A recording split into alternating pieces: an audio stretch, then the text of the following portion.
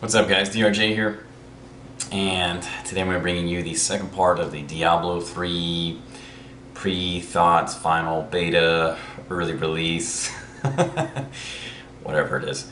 Um, so basically, this is the area where I address my concerns about the game. I think the first one would be the easiest one to pick on is the possible exclusion of the RPG aspect in the action RPG game. I think one of the common criticisms I've heard being leveled at the D3 game so far is, like I said, that removal of the potential RPG aspect, or potential removal of the RPG aspect. One of the ways that people are focusing on is the removal of those skill points, and I kind of have mixed thoughts on those because, as if you guys watched the first part, you know that I played the shit out of Diablo 2, and 99% of any competitive build basically in D2 revolved around basically making a whatchamacallit, min-max build, right? And you get all these different stats or all these different skills and charms and things like that that add ability points, and you basically just add enough points to get the gear that you have, and then you basically throw everything else in vitality. And that's basically true for every build. It doesn't matter if you're playing a sorcerer, fucking warrior, whatever the fuck you want to call it. Doesn't matter. Magic, ranged, melee, whatever it is, it's all the fucking same. There were a bunch of plateaus that basically you hit. That once you hit those, once you're able to use a certain rune word, or once you gain a certain amount of plus skills, you basically achieved a certain level of deity-like status or god mode. And like I said, I think that when people are placing as big of an emphasis as they are on stat points, I think that they're kind of overstating their importance in the first game. But that said, you know, not having them at all, it is a lot different.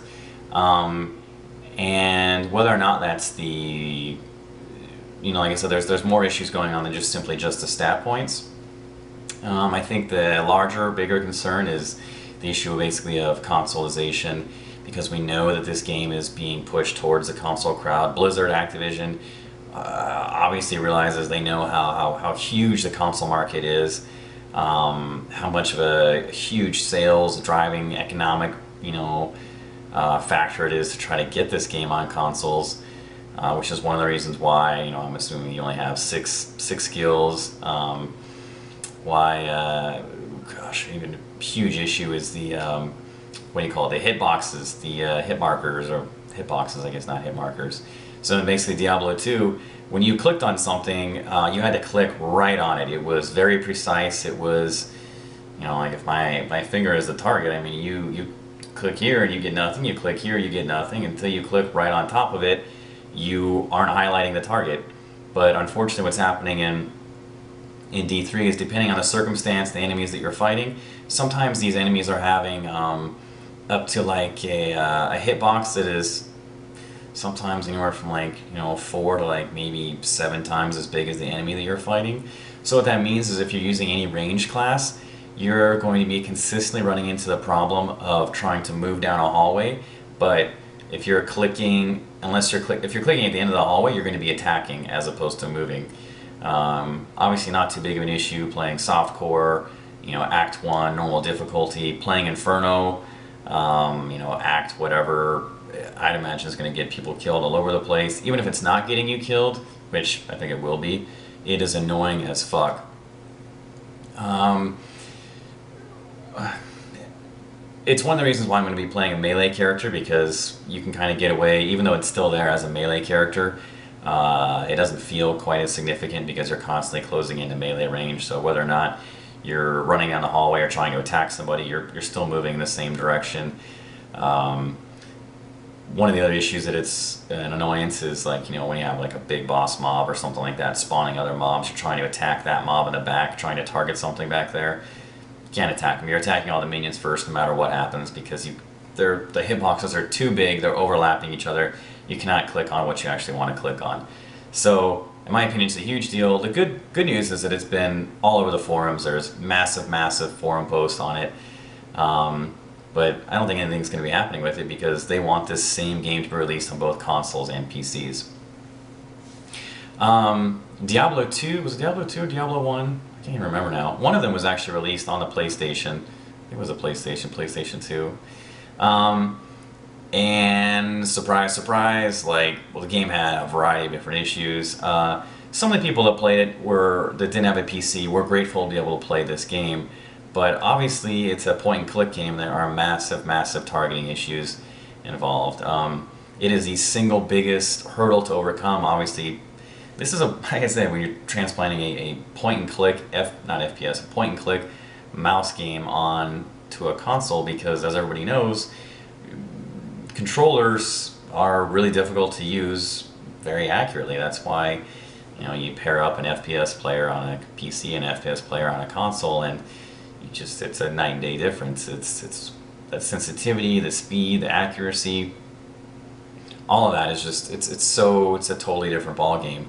And admittedly, like, the Blizzard devs have said that right now they have made really good progress on the console. They feel like they can port over everything successfully to the console except for the targeting issues, and there's a couple different ways to do that. You could either not have a cursor anymore. You could basically just have, as you turn your character, it could highlight something in front of you, but then you're running into the same issue like I talked about with these big hitboxes, and that would lead me to believe that the issue that they've tried to overcome, because you can't be nearly as quick or as adept basically as somebody uses a mouse, they basically, it feels like they've tried to solve the problem by creating these ginormous fucking hitboxes so people on PC and people on console can be playing the same game. I don't know if they're going to be playing with each other, and they haven't announced the console's coming out anytime soon, so they haven't released a whole lot of details on that, but it is something that they are working on.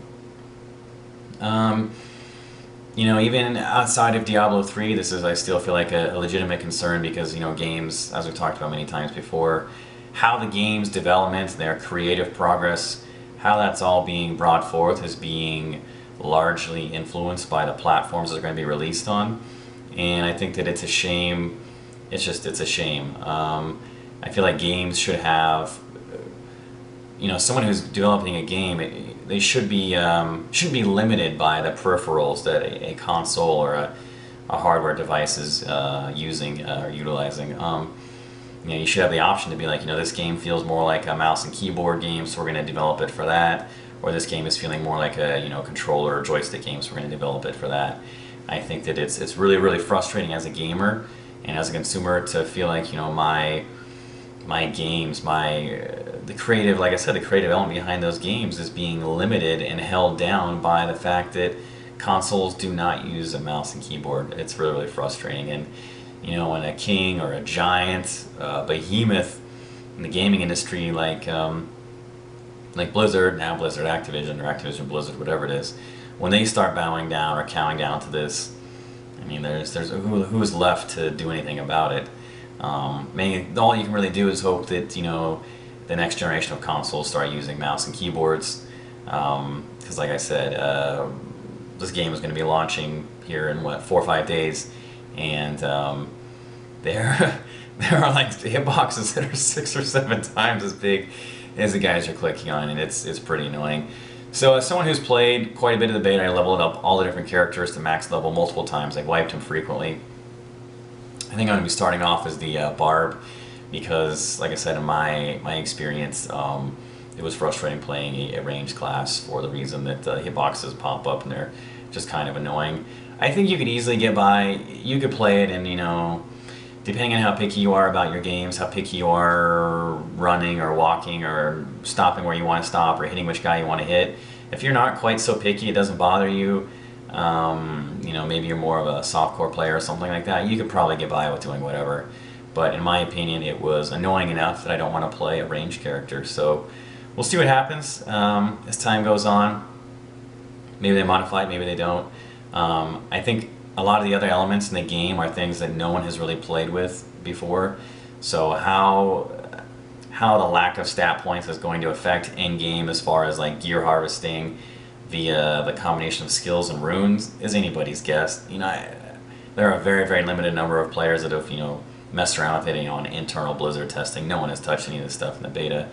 And I'm really curious to see, what happens with that. Maybe it'll be, it's just impossible to say. Who knows what it's going to turn out to be like.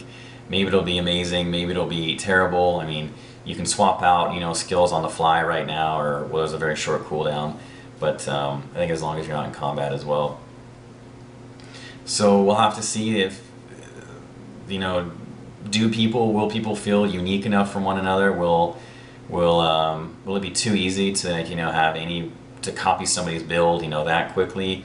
How exactly what kind of gear is going to be dropping? It's going to be influencing those types of skills and runes that you're using. How often is that going to be dropping? Will I be forced to use skills based off of the gear that I'm getting versus the other way around? Like, there are so many unanswered questions right now that it's hard to even speculate, because their end game of D3 is so much different than the end game of D2 that it really is just going to take a lot of experience and somebody sitting down and playing it for quite a few hours before anybody can really talk about what the actual end game is like. So I think it's a little too early to say that the RPG or anything like that has gone out of the game's going to suck or something like that. Way too early. We've only seen the very first couple stages of Act 1. And that's really good. I've played the fuck out of it with, like I said, numerous characters leveled up a million times. And who knows what else is out there, and who knows what the end game is going to really feel like. So I'm a little nervous, but excited for it. And, obviously you guys can expect my thoughts on that stuff as, time goes on. Probably within a week or two of the game coming out. Blizzard themselves, though, has said that they don't expect Inferno to be being farmed like the hardest difficulty for months and months. I don't know about that, but we'll see what happens. Anyway, as always, comments, criticisms, critiques, let me know what you guys think.